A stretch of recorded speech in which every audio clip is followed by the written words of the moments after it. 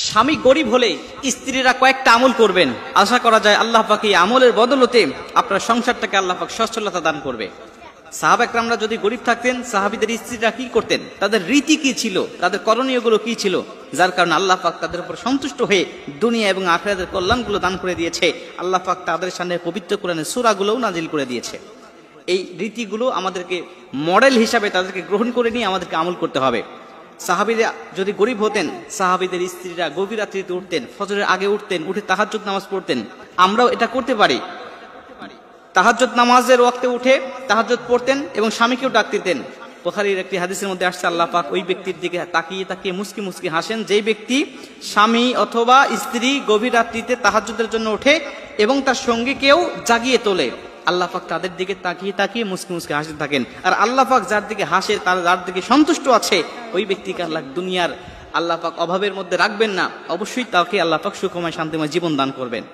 2 নম্বরে ওই স্ত্রীদের করণীয় থাকবে প্রত্যেকটা কাজের শুরুতে, ভাত রান্না থেকে শুরু করে নিয়ে প্রত্যেকটা সংসারের কাজের শুরুতে বিসমিল্লাহ পাঠ করা। আল্লাহ রাসূল বলছে, যেই মহিলা পাতিলে হাঁড়িতে চাউল নেওয়ার সময় বিসমিল্লাহ বলে, রান্নার সময় বিসমিল্লাহ বলে, রান্না করার পরে ভাত বাড়ার সময় বিসমিল্লাহ বলে, খাবার বাড়ার সময় বিসমিল্লাহ বলে, আল্লাহ পাক ওই সংসারে বরকত দিবেন না তো দিবেন কোন সংসারে? এজন্য প্রত্যেকটা নারীর উচিত হবে প্রত্যেকটা সংসারে যখন কাজ করবেন বিসমিল্লাহ মুখের সাথে এমন ভাবে করে নেওয়া যেন এটা আপনার রুটিন হয়ে গেছে, অভ্যাস হয়ে গিয়েছে, জিহ্বার উপরে সবসময় যেন এসেই থাকে, এমন একটা অভ্যাস আপনি করে নেবেন।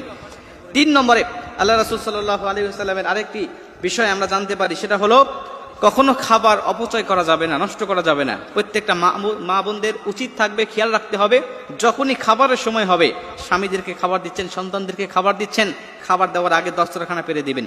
দস্তরখানা পেরে দিয়ে তার উপরে খাবার দিবেন।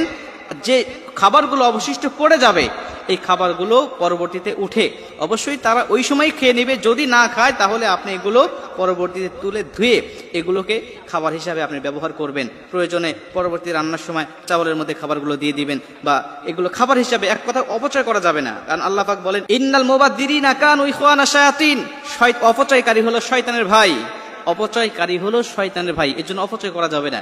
4 নম্বরে যে কাজটা আমাদের সকলে করতে হবে সেটা হলো মাগরিবের পরে সূরা ওয়াকিয়া তেলাওয়াত করতে হবে। এটা নারী পুরুষ সকলের জন্য বাধ্যতামূলক। যদি আপনার এটা সংসারের মধ্যে যদি রিজিকের অভাব থাকে, আপনি এই আমলটা করে যান, এই আমলটা করে যান। এটা অনেক সাহাবীদের জীবনী থেকে পাওয়া যায়। আল্লাহ রাসূল সাল্লাল্লাহু আলাইহি ওয়াসাল্লামের ওফাতের পরে অনেক সাহাবীদের সংখ্যায় দেখা যাচ্ছিল যে তাদের সংখ্যায় সন্তান অনেক বেশি কিন্তু সম্পদ নাই। তারা এই আমলগুলো করতেন, আল্লাহ পাক তাদের সংসারের মধ্যে সচ্ছলতা দিয়ে দিয়েছে। আল্লাহ পাক তাদের সন্তানগুলোকে আল্লাহ রাব্বুল আলামিন জীবিকার ব্যবস্থা করে দিয়েছে, এই শুধু সূরা ওয়াকিয়ার ফজিলতের কারণে। এজন্য আমরা অবশ্যই এই আমলগুলো করতে পারি। আল্লাহ পাক আশা করা যায় আমাদেরকেও দুনিয়া এবং আখিরাতের কল্যাণগুলো দান করবে।